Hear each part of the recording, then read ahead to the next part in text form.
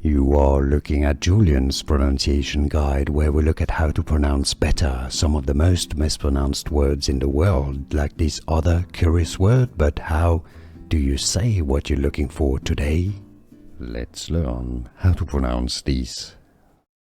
Name in Spanish and in English. In Spanish, the pronunciation is as Sergio, Sergio. If you cannot pronounce the R sound from Spanish, you can replace it with an H.